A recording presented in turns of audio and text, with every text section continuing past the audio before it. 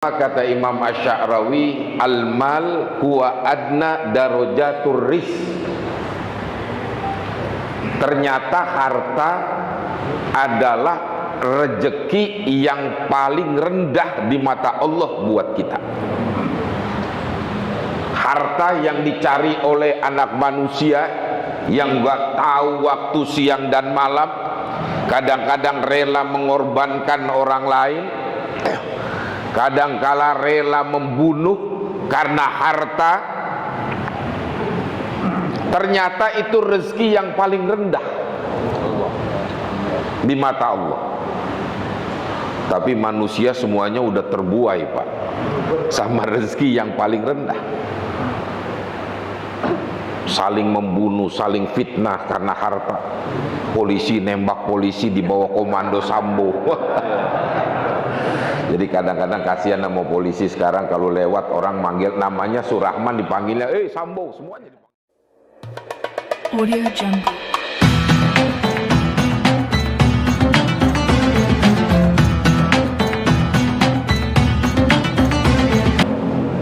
Bismillahirrahmanirrahim. Assalamualaikum warahmatullahi wabarakatuh.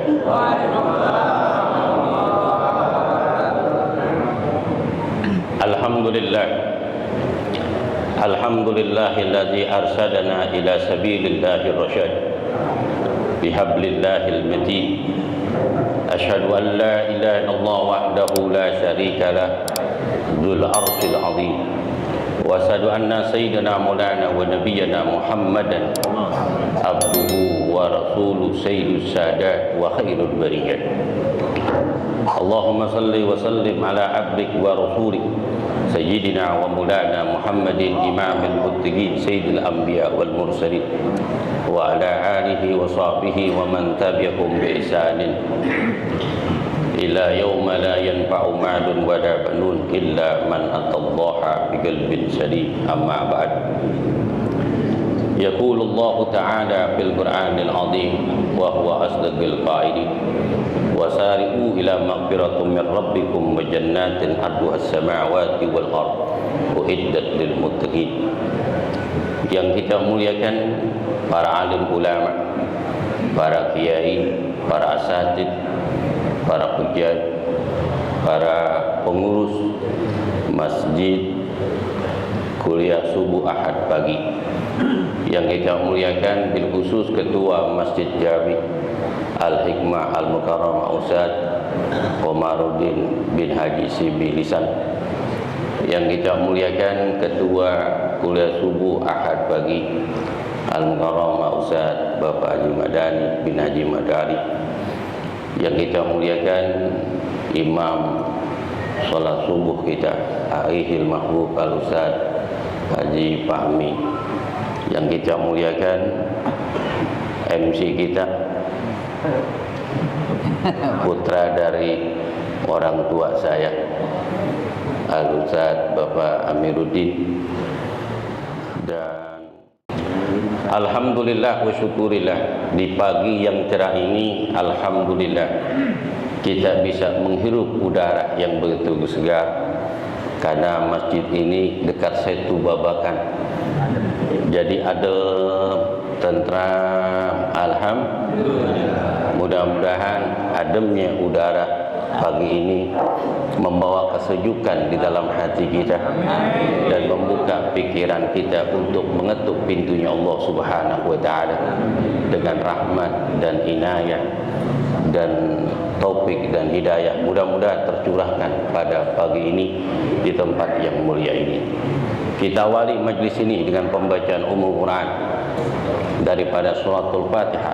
Al-Fatihah. Bismillahirrahmanirrahim. Alhamdulillah rabbil alamin. Ar-Rahmanir Rahim. Maliki yaumiddin. Iyyaka na'budu wa iyyaka nasta'in. Ihdinas siratal mustaqim. Siratal ladzina an'amta 'alaihim ghairil maghdubi 'alaihim waladdallin. Amin. Bismillahirrahmanirrahim.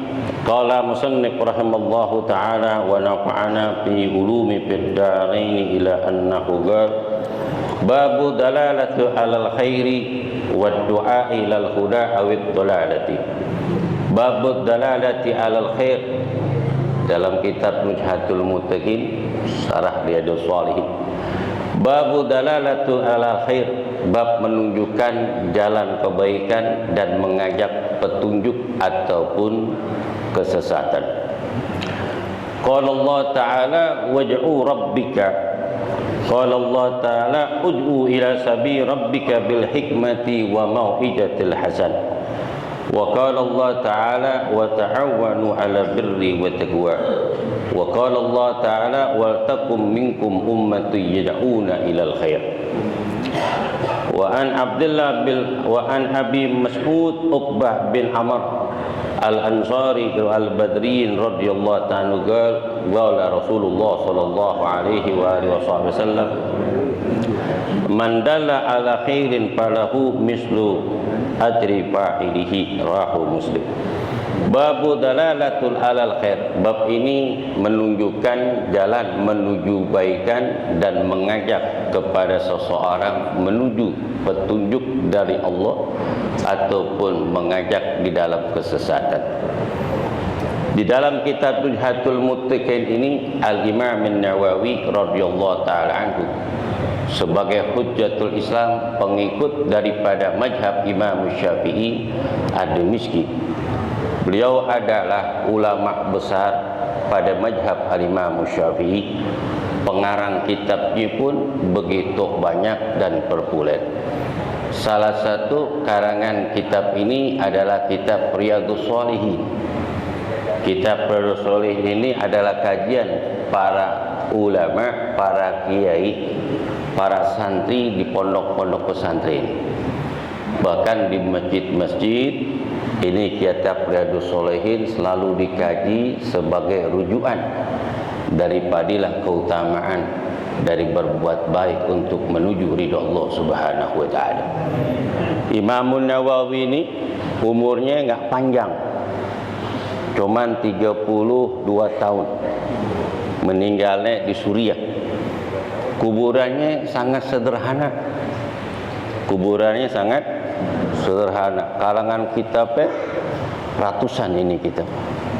Termasuk syarah kitab Fathul Bari, syarah Riyadhus Shalihin, termasuk kitab Al-Minhaj dalam kitab Ummul Fiqih dan disyarahkan ulama-ulama, termasuk kitab Syarif Sulsalbini.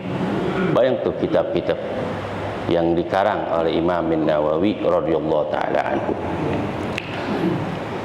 Allah Subhanahu wa taala berfirman, waj'u ila rabbik, serulah engkau wahai Muhammad kepada manusia untuk mengenalkan diri mereka kepada Tuhanmu, dalam surah Al-Asr.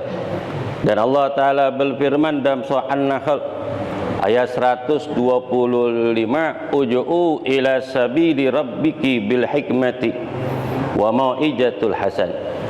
Uj'u ila sabili rabbuka bil hikmati wa mau'izatil hasan. Uj'u, panggillah, serulah mereka, ajaklah mereka kepada jalan menuju Tuhanmu bil hikmati, dengan hikmah, ay bi ilmin nafi'in, dengan ilmu yang manfaat, wa mau'izatil hasan, dan nasihat-nasihat yang baik, ay layyinatan, yakni nasihat yang lembut yang menyentuh hati manusia. Di dalam ajakan untuk mengenalkan dirinya kepada Allah Subhanahu wa taala, itu adalah tugas yang paling mulia. Para nabi dan rasul yang telah diutus oleh Allah Subhanahu wa taala memanggil umatnya untuk kembali kepada jalannya, untuk mencapai keridhaan Allah Subhanahu wa taala, mencapai kebahagiaan yang hakiki, hidup langgeng di dalam dunia, tentram dan kumpul dengan orang-orang yang soleh seperti ini. Tidak ada sesuatu kemuliaan yang diberikan oleh Allah Subhanahu wa taala kecuali kumpulnya kita di ruangan yang penuh keberkahan ini, di Masjid Al-Hikmah, kumpul dengan abaunal kiram, dengan orang-orang tua kita yang mulia, dari guru-guru kita, memancarkan cahaya ilahiyah, mengetuk hati manusia dari padamnya dan tertutupnya gelapan kehidupan alamud dunia. Inilah sesuatu kemuliaan yang Allah berikan kepada kita. Begitu juga panggilan seruhan ini kakala Nabi Ibrahim alaihissalatu wassalam ala nabina Muhammadin sallallahu alaihi wasallam telah membangun yang namanya Baitullah. Asas pertama kali sarana ibadah yang dibangun oleh manusia. Inna awwala baitin hudal linnasi bi Bakkatan mubarakatan hudal lil alamin bihi ayatun bayyinatun maqam Ibrahim. Sungguhnya sarana ibadah pertama kali yang dibangun oleh manusia adalah bi Bakkatan, yang ada di Bakkah, lembah tangisan yang penuh dengan keberkahan. Itulah Baitullah, tempat kita menuju tatkala kita menghadap Allah Subhanahu wa taala, di dalam sujud kita, di dalam ruku kita hanya kepada Allah Subhanahu wa taala dengan mengucapkan kalimat takbir, pikiran dan hati kita menghadap Baitullah.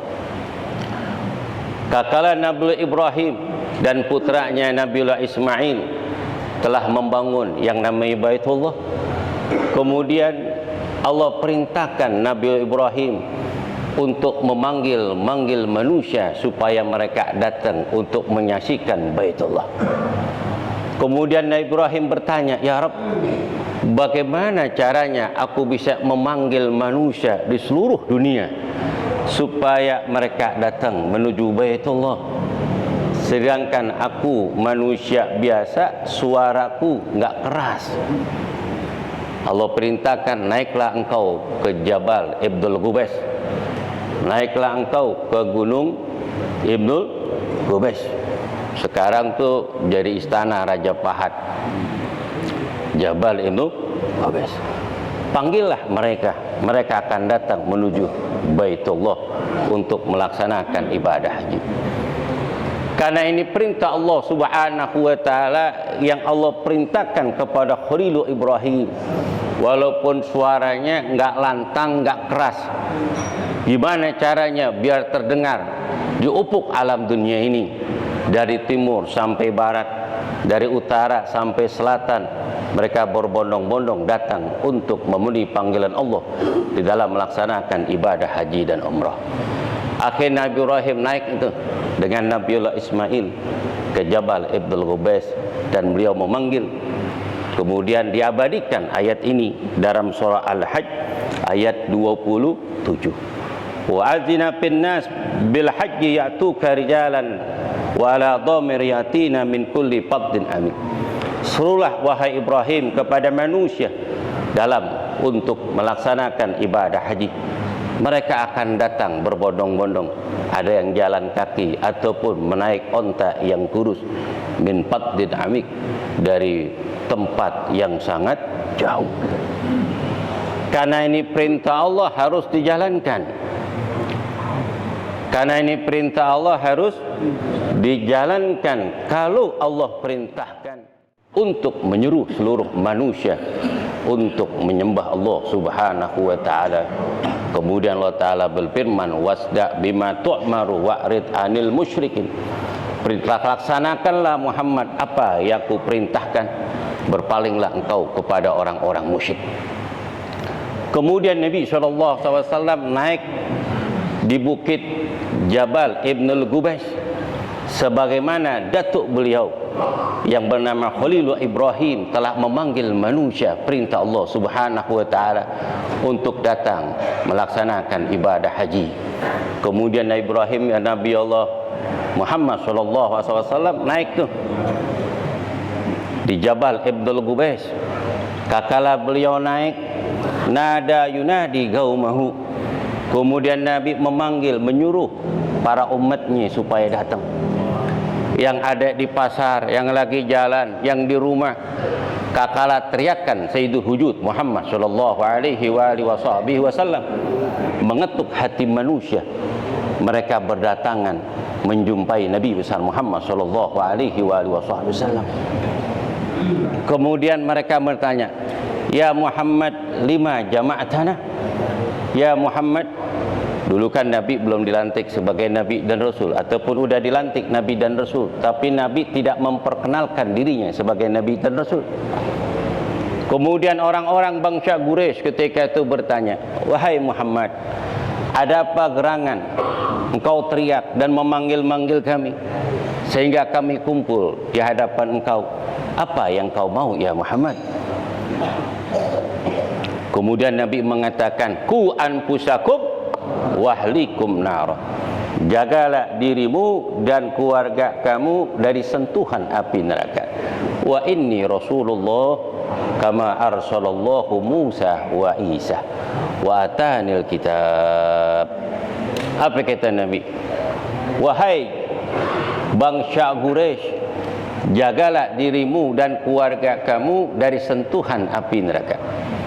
Sesungguhnya aku ini adalah Rasulullah, sebagaimana Allah Ta'ala telah mengutus para nabi dan rasul. Allah Ta'ala mengutus Nabiullah Musa, Allah Ta'ala mengutus Nabiullah Isa. Allah telah memberikan kepadaku kitab, yakni Al-Quran. Ujuhul fil islami kafah, masuklah kalian ke agama Islam keseluruhannya. Tanjikum min azabillah, kalian akan selamat daripada azab Allah Subhanahu wa ta'ala. Semua itu dalam keadaan terdiam, karena hebahnya, wibawanya Nabi besar Muhammad sallallahu alaihi wasallam tidak ada di dalam hatinya kecuali hanya Allah. Tidak ada di dalam pikirannya kecuali hanya Allah. Tidak ada di dalam lisannya kecuali hanya Allah. Tidak ada yang mengalir dari darah junjungan Nabi Muhammad kecuali Allah Subhanahu wa ta'ala. Kalau Allah di hadapannya, tidak ada sesuatu yang paling mulia kecuali Allah Subhanahu wa ta'ala. Sama seperti Al-Habibul Imam Arif Billah Habib Ali bin Abdurrahman Habsyi Kuitang. Beliau datang dari kota Hadramaut, belajar dengan Imam Al-Arif Billah Habib Abdullah bin Umar Syatiri di Rubat Tarim, tempat saya belajar di sana. Beliau datang ke kota Jakarta, di Batavia. Kemudian beliau bangun itu Majlis Taklim Kuitang dari zaman Belanda ketika itu. Kemudian beliau mengajak dari rumah ke rumah. Kemudian banyak yang pada berdatangan untuk mengaji di sana.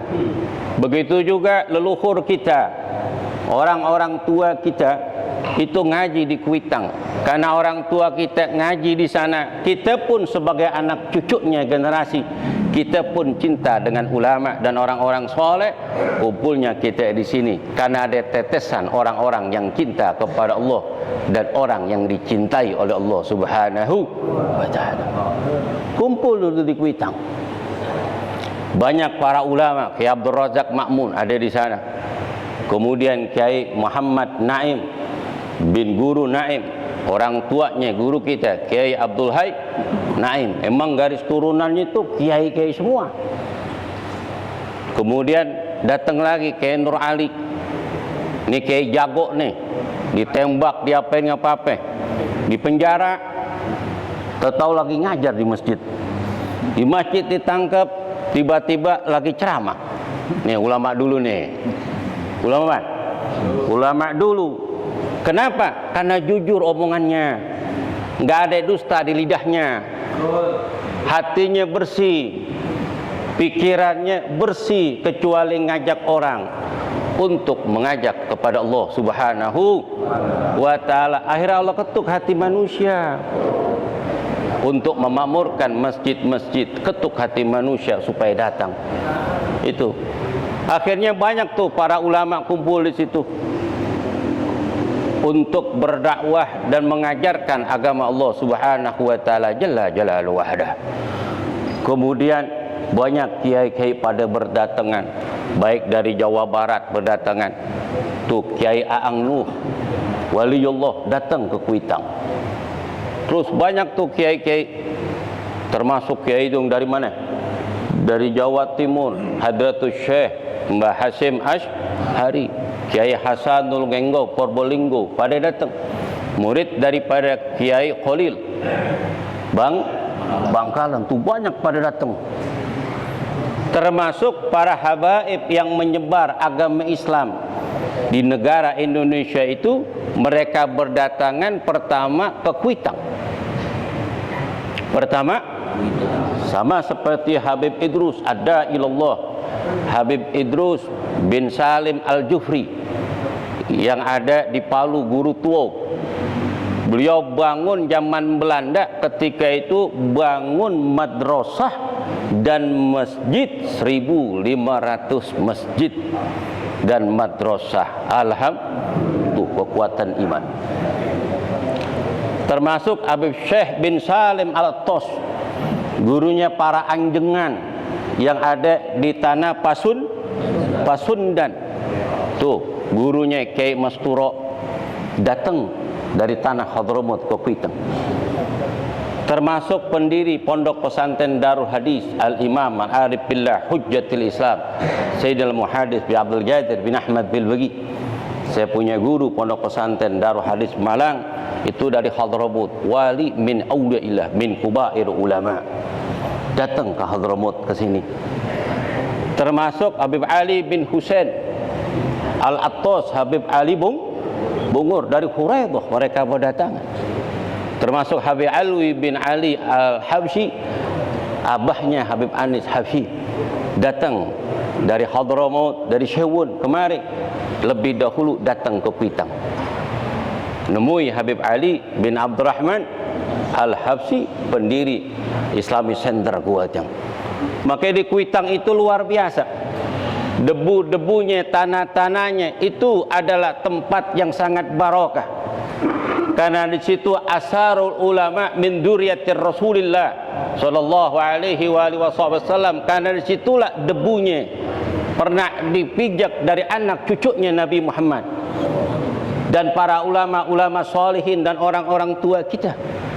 Bahkan Al-Imam Arif Billah bin Abdul Qadir bin Ahmad As-Segaf, itu yang di Jeddah dikatakan Qutbuz Zaman. Waktu saya ziarah ke tempat beliau, itu air matanya menetes, nggak pernah berhenti.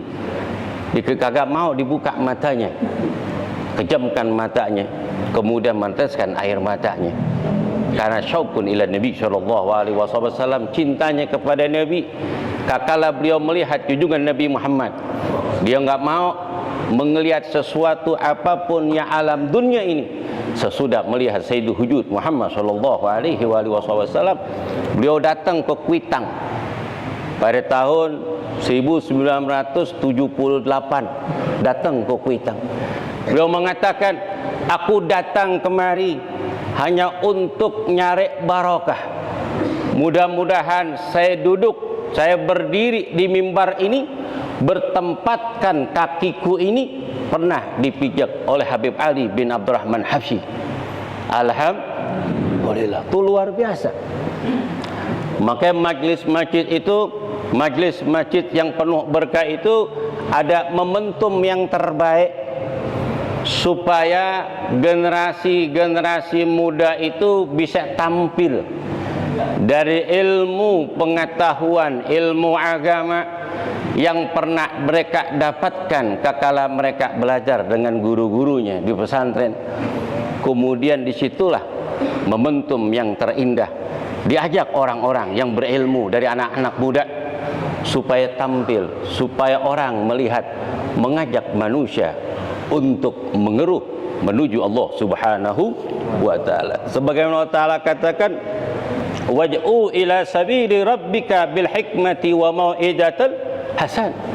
Serulah wahai Muhammad kepada jalan menuju Tuhanmu bil hikmati, dengan hikmah ilmu yang manfaat, wa mau'izatil hasan, dan nasihat yang baik.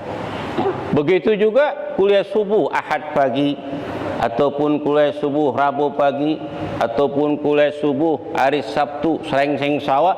Itulah momentum yang terindah bagi kita untuk melihat orang kampung kita sebagai generasi-generasi penerus pejuang-pejuang yang mengisi dalam kuliah subuh ini. Kalau orang punya ilmu banyak, tapi untuk menunjukkan ilmunya bisa tampil, itu enggak bisa. Itu tidak bisa. kecuali harus ditampilkan dengan tokoh masyarakat yang ada sekitar majelis tersebut. Istilah santri itu cuman belajar dan terus belajar. Istilah kata obor itu minyaknya udah banyak, sumbunya udah ada, tapi yang nyundut nggak ada. Yang nyundut nggak ada. Kenapa?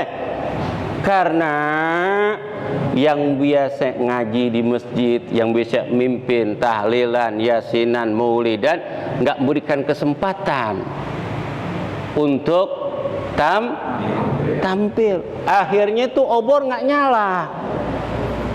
Kalau obor nggak nyala, takutnya itu tublek, tahu tublek?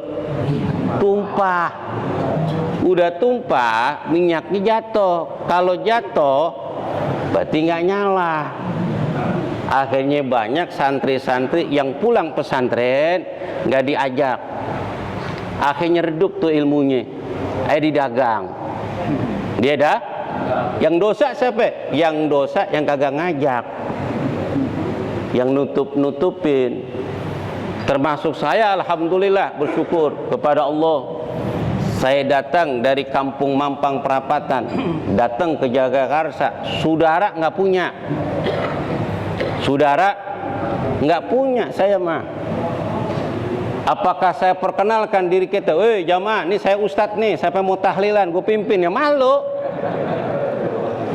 Sama seperti saya itu, datang dari Mampang kemarin, nggak punya saudara, nggak mau saudara. Masa iya kita masang iklan pakai bidan atau praktek dokter? Ahmad Fikri siap panggilan ngaji kubur 7 hari. Bujuk, pas begitu. Atau terima tahlilan. Emang orang dagang akikah diiklanin? Diem aja. Ngaji keliling-keliling ke masjid-masjid. Lihat siar agama Allah di masjid dan musola. Kita deketin para kiai, para ulama, tokoh masyarakat yang ada sekitar sini. Sama seperti perjalanan Nabi. Ketemu pertama kali saya temu almarhum Rahmatul Hayyul Guyub Ustadz Haji Mujmar. Itu sanggap orang tua saya tuh. Beliau yang orbitan tuh kuliah subuh. Ketika bikin tasyakuran, beliau datang. Kemudian beliau ngajak kuliah subuh hari Rabu. Masjid yang pertama kali saya ngisi itu di Masjid Ruhu Jihad, Pisang Gepok. Paham lah tuh Pisang Gepok? Tuh di situ. Masjid yang pertama. Jadi gara megang mic, makanya sering-sering makan megang mic. Itu biar menaruh kita. Gara-gara tukang ajar. Bukan, tak ajar nggak ada. Orang kontrakan datang ajar. Dulu Irman Naror namanya lah Suparman. Dulu kita bisa ya, sampai sekarang ngarang. Bukan baik. Suparti. Hampir mirip dengan Suparti. Akhirnya dia ada tuh almarhum Haji Madari, Haji Mahmud. Ini gimana jadi orang mana-mana nih, suaranya bagus. Kira jadi mantu mana? Jadi ini kata Madari ini buat bungkus pakai apa? Dia sampai kan gitu zaman dulu. Jadi mantu. Ketua Haji Madari. Kemudian ceramah keliling di Alhamdulillah. Dia ceramah keliling meja lisan ketemu Haji Madari. Nah lu di sini nih. Iya Pak, lu tinggal di mana? Jagakarsa. Kapan nyampe? Sebulan yang lalu. Tinggal di mana? Jagakarsa. Malu. Karena Haji Madari itu saya nggak asing. Saya kenal beliau di tahun 90 waktu saya mondok di pesantren Darul Hadis. Satu hotel Haji Madari, Haji Idris. Saya itu dipanggil itu umur 11 tahun. Dan ketemu saya ngasih duit 10.000 nasang. Waktu dia mau juga ketemu lagi sama saya 2 kali. Saya ajak keliling-keliling jalan Nabi Lot. Ketemu. Ngobrol-ngobrol, minggu lu harus ikut gua. Kemana Pak? Ikut kuliah subuh hari Minggu di tempat Haji Idris. Tolong saya dikenalkan ambil jamaah. Alhamdulillah. Langsung di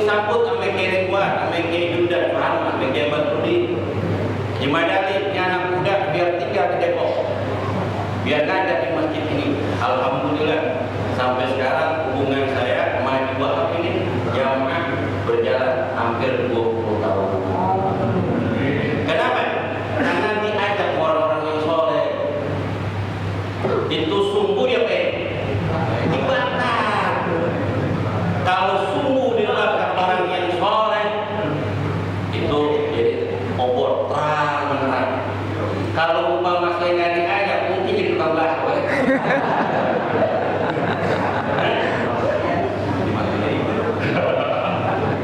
Bisa jadi rapor mana-mana. Ketemu nih sama almarhum Bapak Haji Sibi bin Haji Isa.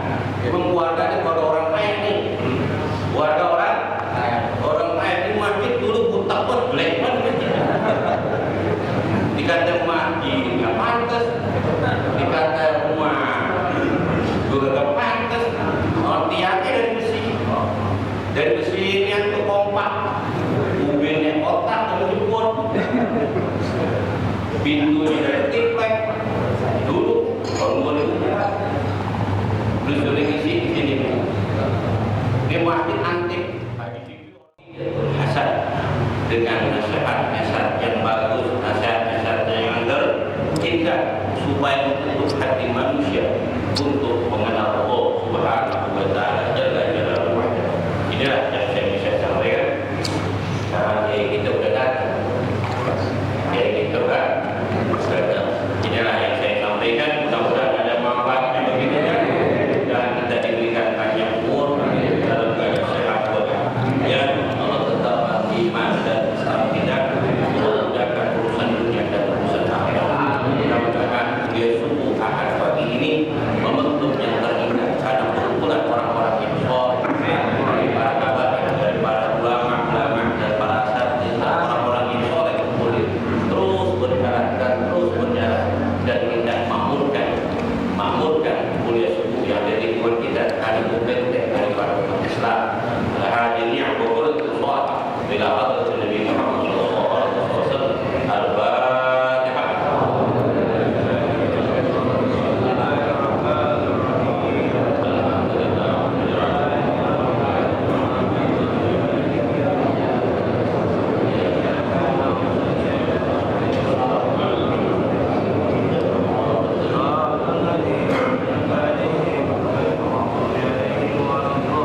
Assalamualaikum warahmatullahi wabarakatuh. Penceramah kita pada pagi hari ini Ketua MUI DKI Jakarta Bapak Kiai Haji Munahar Muhtar. Kepada beliau waktu dan tempat kami persilakan. Shallallahu alaihi Muhammad. Assalamualaikum warahmatullahi wabarakatuh.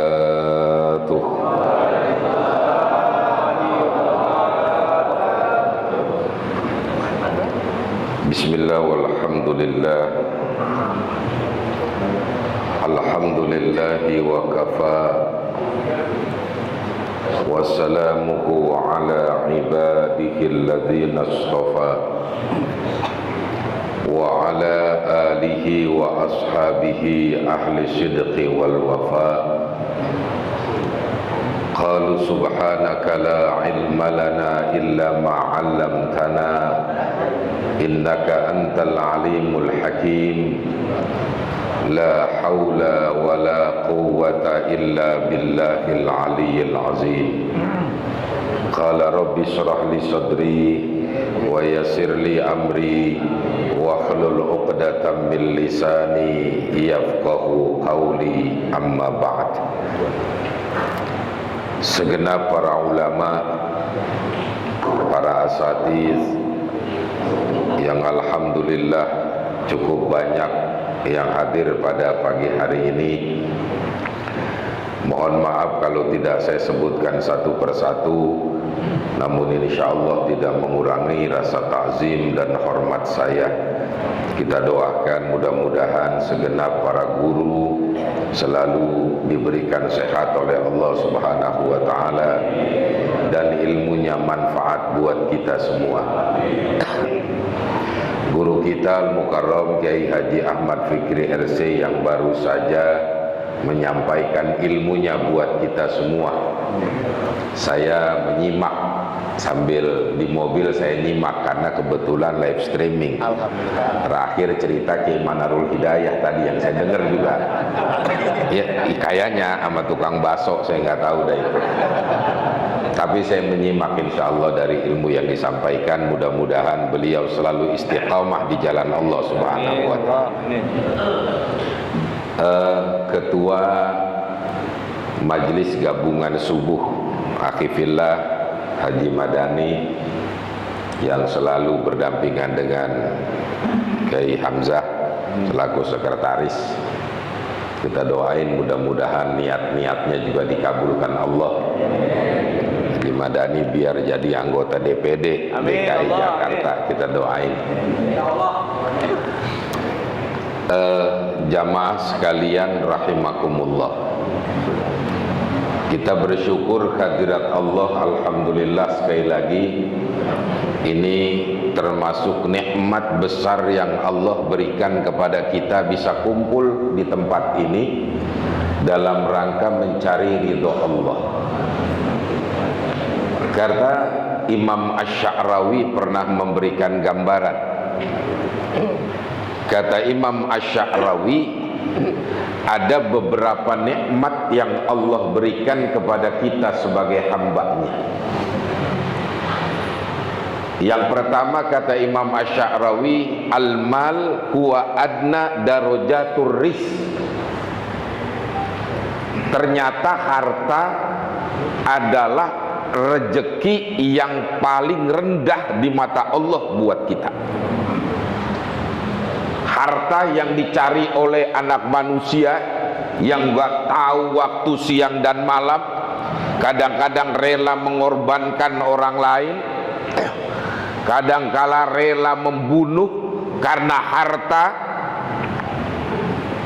Ternyata itu rezeki yang paling rendah di mata Allah. Tapi manusia semuanya udah terbuai, Pak, sama rezeki yang paling rendah. Saling membunuh, saling fitnah karena harta. Polisi nembak polisi di bawah komando Sambo. Jadi kadang-kadang kasihan sama polisi sekarang, kalau lewat orang manggil namanya Surahman dipanggilnya Sambo, semuanya dipanggil Sambo. Kadang-kadang suka kasihan kita. Jadi yang bagus jadi jelek juga. Enggak semuanya jelek, tapi ada juga yang bagus. Tapi gara-gara satu, ya ini akhirnya pada jelek. Ya mungkin Allah sedang membuka mana yang baik, mana yang buruk. Ja'al haq wa zahaqal batil, innal batila kana. Makanya saya bilang kemarin kuliah subuh di mana, ini dua kesyukuran sekarang ini Indonesia ulang tahun yang ke-77. Jadi angka 7 itu hebat. Ternyata dua nikmat besar yang Allah berikan kepada kita. Pertama, keluarnya Habib Rizik yang Allah keluarin. Habis itu Allah buka juga, inilah salah satu orang kelompok yang juga sering menjelekkan umat Islam. Itu kelompok Sambo sama kelompok Habib Rizik. Ya nggak tahu nanti hubungannya, maka M50 kita belum tahu dah. Allah lagi main nih. Jadi Allah baru mulai nih, Pak. Makanya nggak bisa manusia itu lari dari dari takdir yang Allah akan kasih. Wa makaru wa makarallahu wallahu khairul. Allah akan buka semuanya. Makanya jangan coba-coba. Jadi rezeki yang paling rendah itu ternyata adalah harta. Makanya Imam Abdul Khatib pernah memberikan gambaran, man jalasa ma'al aghniya, siapa orang yang banyak bergaul dengan orang-orang yang kaya, zadahullahu hubbad dunya, maka hatinya selalu condong kepada cinta dunia dan selalu kejar itu. Jadi orang kalau bergaulnya sama orang kaya aja, udah. Ya sama juga kayak orang, pokoknya tergantung yang bergaul sama siapa. Ada kalau bergaulnya sama calo tanah, nggak boleh ada tanah kosong, main tunjuk aja. Lah bener. Iya bener. Pokoknya ada tanah kosong aja. Ini punya siapa ini tanah? Udah main ukur aja nih, dijual kan? Ini sertifikat apa ngirik ini tanah? Jadi tergantung kita kepada siapa bergaul. Wa man jalasa sama sultan zadahullahu kibr. Siapa yang banyak bergaul dengan para penguasa, kalau penguasanya nggak benar, itu Allah berikan, tanamkan dalam hatinya kesombongan. Coba orang kalau dekat sama penguasa, sama pejabat, sama orang punya pangkat, wow, sombong dia. Kenapa? Punya backingan. Iya kan? Punya backingan, merasa hebat. Makanya sekarang bandar-bandar judi kelabakan semua, bandar judi sekarang. Wow, backingannya ditangkap semua sekarang. Begitu kata Pak Kapolri, semua nggak ada urusan sama judi, mau judi online, judi apa, sikat habis. Di Jakarta seketika Kapolda langsung menghantam lebih dari 1.300 lebih bandar judi kena. Saya bilang kemarin kemana aja itu kemarin ya.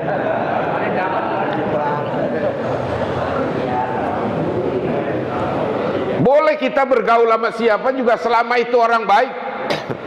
Sama orang kaya boleh, kalau dia baik.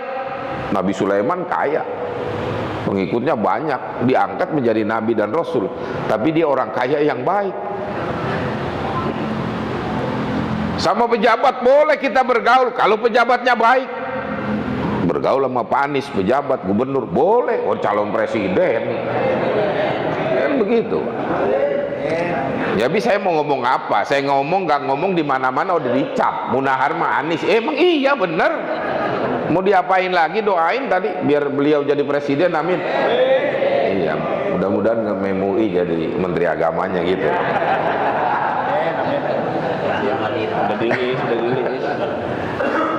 Tergantung duduk sama siapa. Kemudian kata Imam Abdul Khatib, wa man jalasa amman nisa izdadal jahla zadahullahul jahla. Orang yang banyak duduk sama perempuan jadi goblok.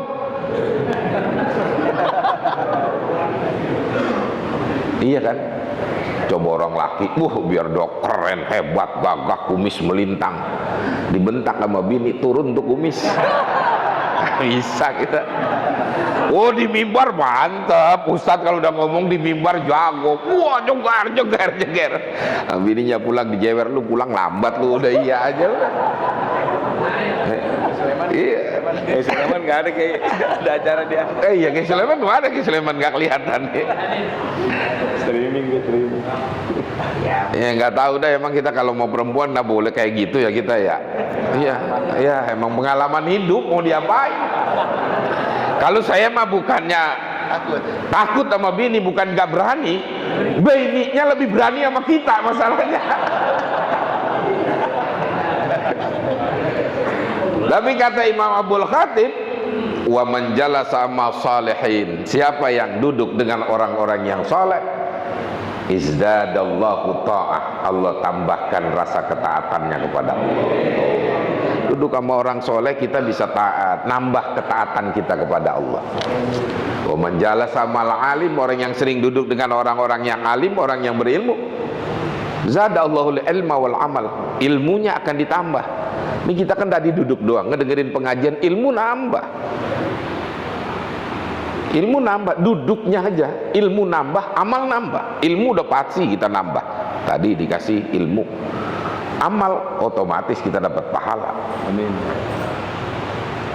Makanya kembali tadi, ternyata kata Imam Asy-Sya'rawi, derajat yang paling rendah di hadapan Allah itu adalah harta, rezeki yang paling rendah.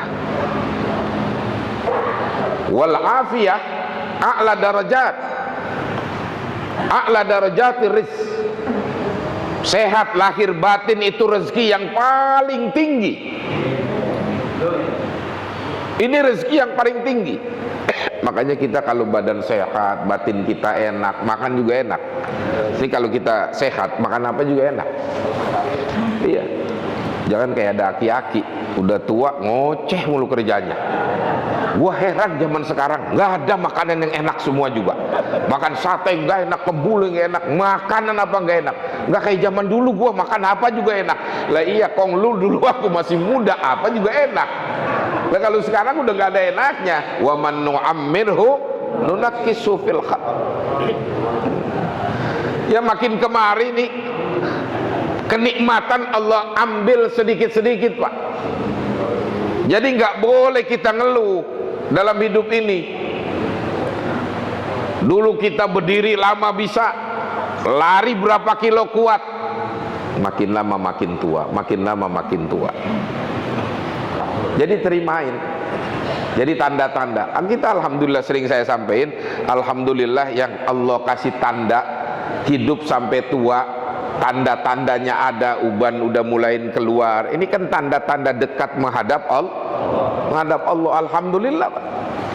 Tanda-tanda artinya apa? Kalau kita udah ngeliat jenggot udah mulai tumbuh umban, rambut tumbuh umban, alhamdulillah ya Allah. Allah kasih peringatan biar selalu ingat kepada Allah. Jangan udah ubanan masih nongkrong di pinggir jalan. Iya kan? Badan udah mulai gak enak, kaki udah mulai kalau mau tidur pada meluang. Nah, kan ada tuh kaki tuh kalau tidur pada meluang ya, apa meluang bahasa kita? Iya. Kaki satu belonjoran, kaki satu lagi kita urut-urut sama kaki sebelah dah tuh. Nah itu udah tanda-tanda, Pak. Israel udah ngusap-ngusap. Lu udah tua, jangan banyak jalan. Masih bersyukur. Alhamdulillah. Syukran. Masih bersyukur, Pak. Daripada nggak tahu apa-apa, tahu-tahu meninggal. Anak muda nggak jelas, tahu-tahu pulang tinggal nyawa. Kita nggak pernah tahu, Pak. Memang kita nggak pernah tahu. Wa ma tadri nafsum madza taksibu goda, wa ma tadri nafsum bi ayyi ardin tamut. Kita nggak pernah tahu. Lalu yang keempat kata Imam Asy-Sya'rawi, salahul abna afdalu anwa'ir rizq. Punya keturunan yang baik, punya keturunan yang saleh, ini utama bagian daripada keutamaan rezeki. Jadi rezeki itu ada yang tinggi tapi ada yang utama. Lain orang yang punya kemuliaan dengan orang tenar sama orang mulia, beda, Pak. Orang tenar belum tentu mulia. Oh, dia terkenal di mana-mana juga. Hebat tuh pemimpin terkenal di mana-mana. Sedunia orang kenal. Oh, pemimpin tukang bohong. Umpama, iya, terkenal di dunia. Terkenal apa? Bohongnya. Tenar, terkenal, tapi belum tentu mulia. Kalau orang mulia, kadang-kadang nggak terkenal, tapi orang seneng sama dia. Duduk bareng, kalau ngobrol enak, kalau nggak ketemu rasa kangen. Ya, mungkin Bapak tahu bagaimana itu. Saya sering sering tabarukan sama guru sekumpul Kalimantan Selatan, Martapura. Beliau tukang duduk, kerjanya ngajar doang. Tapi kalau beliau ngajar, itu muridnya yang ngaji itu nggak kurang dari 10.000. Jalan-jalan bisa tutup, Pak. Muridnya nggak banyak. Muridnya itu di pesantrennya, di perumahan-perumahan itu kurang lebih sekitar 16.000 lah. Nggak banyak, nggak. Haul, kalau beliau haul, nih beliau itu kalau haul tanggal 5 Rajab, itu yang namanya Kalimantan Selatan, dari mulai bandara itu jalan-jalan, saking mulianya ini orang udah meninggalnya, itu yang namanya makanan, restoran, sampai menuju Martapura ke makam beliau itu gratis semua. Bensin aja digratisin, haulnya beliau. Dan kalau beliau haul itu nggak kurang yang hadir kurang lebih sekitar ya 3-4 juta orang hadir lah. Itu mulianya. Kemuliaan beliau apa? Beliau itu tahu mana orang susah, mana enggak orang susah. Orang kalau datang ke tempat beliau, "Hai dunia, tunduklah kau kepada hambaku yang selalu tunduk kepadaku." Itu dunia tunduk sendiri, Pak. Kalau kita kan segala sesuatunya selalu berharap, Pak. Saya pernah mendengar itu satu hadis, ngeri kalau dibaca, kalau kita baca itu. Jadi nanti di hari kiamat yang pertama didatangkan itu ada 3 golongan manusia, kata Rasul. Yang 3 golongan ini, yang pertama sekali dilemparkan ke dalam api neraka sebelum Fir'aun, sebelum Namrud. Ini ngeri nih hadis, Pak. Kalau kita ini ngeri banget buat kita nih. Pertama orang alim ditanya, yang dipanggil oleh Allah orang alim. Hei hambaku, apa yang kamu lakukan selama di dunia? Apa kata orang alim ini? Aku mencari ilmu karena engkau, aku mengajarkan karena engkau. Kata Allah, kadzabta, kamu itu bohong. Kamu cari ilmu biar dibilang jadi orang alim, kau mengajar biar dikatakan jadi seorang guru, seorang hebat. Yang kamu cari dunia, itu kau sudah dapati. Hai malaikat, lemparkan ini orang ke dalam neraka. Masya Allah, ngeri pak. Jadi ustadz tuh ngeri, apalagi jadi ustadz belum ceramah minta DP duluan. Hati-hati. Ini bener ini kalau orang ngomong. Bukannya kita ini yang nggak perlu dunia, bukan. Iya, panggil, lu bayar berapa lu? Sekian, gua datang. Enggak, gua nggak datang. Masya Allah. Gak usah dipikirin lah, kalau ceramah itu mau dikasih, itu rezeki udah Allah atur. Nahnu qasamna bainahum ma'isyatahum fil hayatid dunya. Kami yang ngatur rezeki. Kami yang ngatur rezeki pak. Ini maaf ya ustadz muda nih ya, kalau saya kan udah as-sabiqunal awwalun, maksudnya udah tua. Ya udah di atas 50 mau 60 ya, yang muda-muda. Jangan sampai kena itu. Orang kaya datang, ahli sodako, apa yang kamu lakukan? Ya Rabb, aku kumpulkan harta lalu aku bersodako ke sana kemari. Aku dermawan, aku berikan karena engkau. Kata Allah, kadzabta, kamu bohong. Kamu bersedekah biar orang bilang kamu orang baik yang sering sodako. Ini kan yang namanya hati kadang-kadang begitu pak. Sedekah pengen dilihat orang. Termasuk para syuhada, orang berjuang di jalan Allah. Apa yang kamu lakukan? Aku berjuang di jalan engkau ya Allah, sampai aku meninggal dunia. Kata Allah, kadzabta, kamu bohong. Ketika kamu berjuang, kamu agar supaya dibilang orang pemberani dan dikatakan sebagai pahlawan dunia. Itu sudah kamu dapatkan. Lemparkan ini orang ke neraka. Artinya apa? Gambaran ini segala sesuatu tergantung niat kita. Yang penting perbaiki dulu dan niat kita deh. Kita mau jadi apa juga perbaikilah. Kalau kita udah berusaha memperbaiki, setan menggoda kita, itu kita udah berupaya namanya. Artinya kita serahkan kepada Allah Pak. Ya. Makanya segala sesuatu itu, hidup ini ujian banyak Pak. Nggak ada yang namanya setan di mana goda kita terus. Namanya setan. Nabi hampir setiap saat pengen dibunuh. Seorang yang kuat datang, punya pasukan 20.000. Orang kafir Quraisy datang. Bagaimana kau bisa bunuh Muhammad? Bisa, aku punya pasukan 20.000. Tapi aku orang yang kuat. Kau datang nanti ke masjid, ke Ka'bah, kan Muhammad di sana sujud, bunuh dia. Dia datang ini orang atas undangan orang kafir Quraisy, dia lihat tuh Muhammad sedang sujud di Hijr Ismail. Nabi sedang sujud. Nabi tahu dibisikin sama malaikat, kau mau dibunuh. Nabi tenang aja sholat, padahal mau dibunuh, tenang aja, sujud aja, nggak kepikiran apa-apa, sujud karena Allah. Itu pedang udah mau sampai di leher Nabi. Begitu mau ditebas itu pedang, ini si kafir ini langsung lari terkocar-kacir Pak. Lari berteriak-teriak deh kayak orang ketakutan, pedangnya dilempar sampai ke gurun, sampai jatuh. Orang kafir tanya, kenapa? Kau orang hebat, kau orang kuat, kenapa nggak jadi bunuh Muhammad? Kamu takut, kenapa? Ada apa?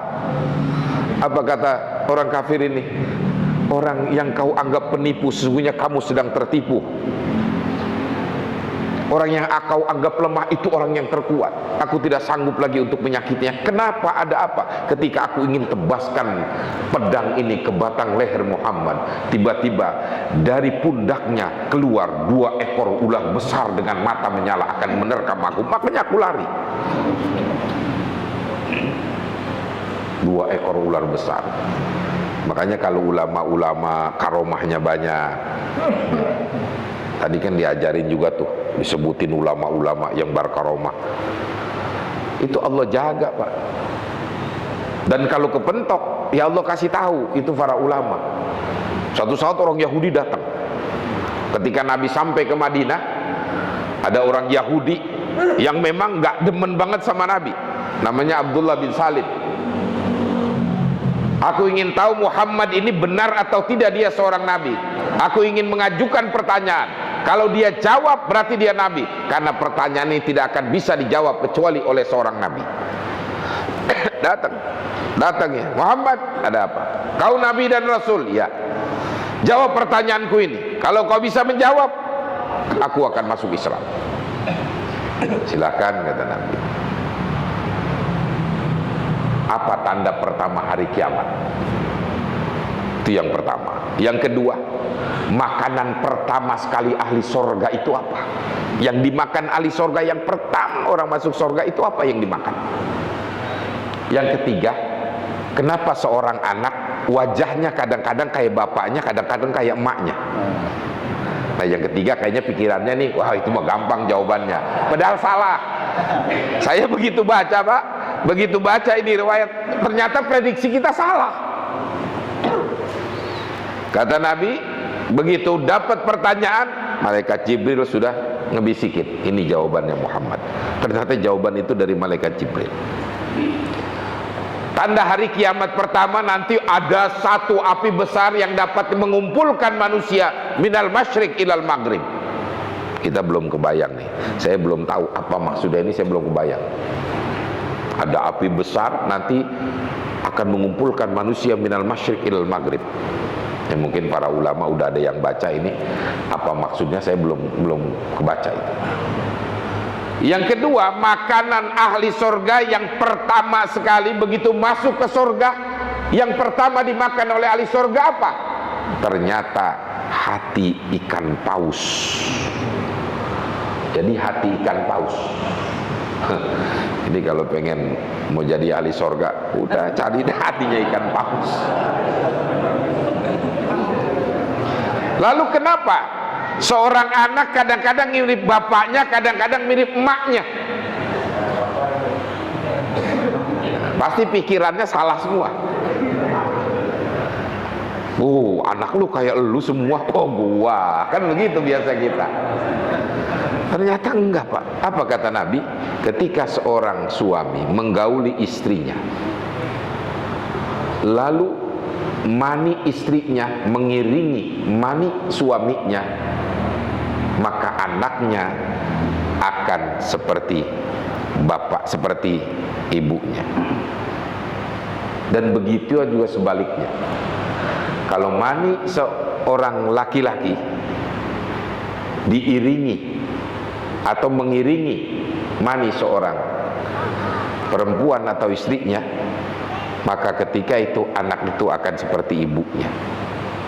Jadi kalau kita punya anak kayak kita semua nih Pak, berarti kita loyo.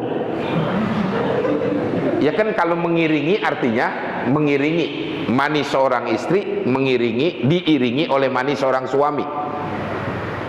Itu kan artinya emaknya duluan baru babaknya. Kan lu kayak pura-pura gak ngerti aja sih gua ngomong. Ini bukan omongan jorok, ini ilmu. Gampangnya begini dah, kalau anak kayak babaknya, berarti babaknya yang loyo. Kalau anak kayak emaknya, berarti emaknya yang loyo. Duluan. Mikirin dah tuh, anak gua kayak gua semua.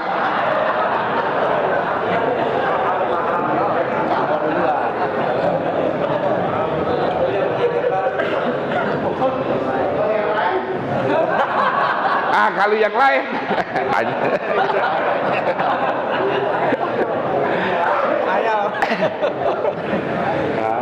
Bapak dan saudara-saudara sekalian, kita kembali kepada nikmat. Saya baru cerita nikmat ini ya. Kemudian yang keempat, kata Imam Asy-Sya'rawi,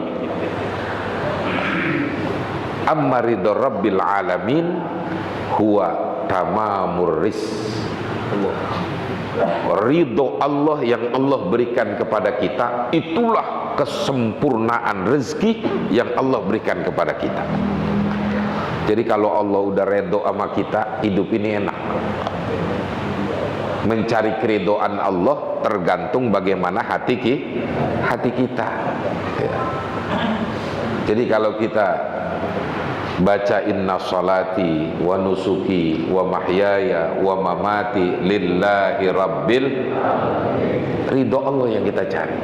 Artinya tadi, kalau Allah sudah ridho kepada kita, segala sesuatunya insya Allah Allah mudahkan dalam hidup ini. Saya rasa ini karena sudah 6:30, kalau udah lewat 6:30 matahari udah ada, itu bukan kuliah subuh tapi keluar duha. Iya. Saya minggu yang lalu sempat di Darul Azkar. Banyak sambutan-sambutan, begitu 6:30, wah udah ada matahari. Kiai doa aja, kenapa? Soalnya subuh udah habis, udah duha ini. Ya bagus. Saya bilang, demen kita yang begitu nih. Begitu sampai doa doang, demen kita.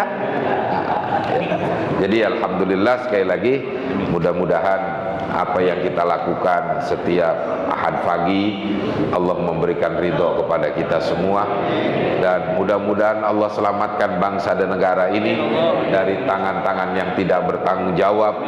Kita doakan Pak Anies mudah-mudahan husnul khotimah sebentar lagi beliau, dan kita doakan setelah itu beliau menjadi pemimpin kita di negara yang kita cintai ini. Al-Fatihah. A'udzubillahi minasyaitonirrajim. Bismillahirrahmanirrahim. Alhamdulillahi rabbil alamin.